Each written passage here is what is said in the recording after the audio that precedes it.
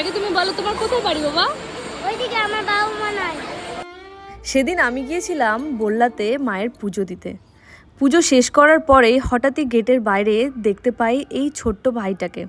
ওকে দেখছিলাম যে ও দূর থেকে এই গাড়িটাকে দেখছিল, আবার অনেকের কাছে অনেক দানও চাইছিল। কেউ তাকে দিচ্ছিল, আবার কেউ তাকে দিচ্ছিল না। তখন আমি তার কাছে যাই, তাকে গিয়ে জিজ্ঞেস করি যে তার কোথায় বাড়ি।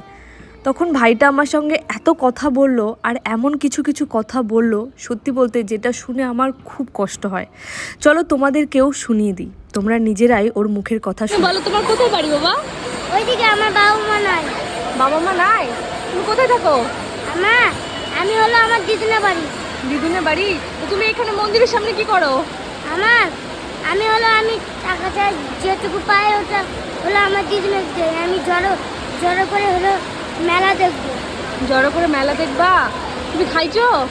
হ্যাঁ, কি খাইছো? মানে সকাল থেকে কিছু খাইনি।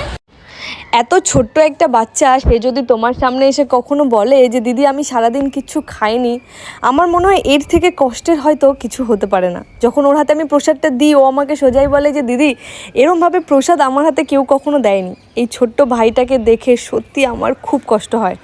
মানুষের জীবন সত্যি কত কষ্টের, সবার জীবন সত্যি সমান হয় না।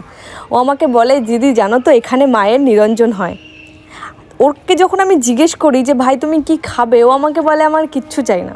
ওর একটাই ছোট্ট আবদার ছিল যে এখানে শুক্রবার করে মায়ের যে ভোগটা দেয় ওখানে স্লিপ কাটতে হয়, তো সেই টাকাটা তো ওর কাছে ছিল না। ও আমাকে বলে যে দিদি আমাকে একটা ভোগের হাঁড়ি দেবে।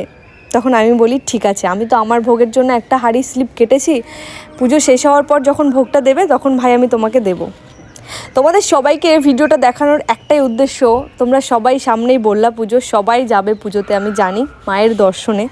তোমাদের আশেপাশে যদি কাউকে দেখো, কোনো ছোট বাচ্চা বা কারোর এই কষ্টের জীবন দেখো, তোমাদের সাধ্য মতো যতটুকু পারো তোমরা সবাই তাদের হেল্প করো। সত্যি বলতে আমাদের মানুষ জীবনের এর থেকে বড় শান্তির হয়তো আর কিচ্ছু হতেই পারে না।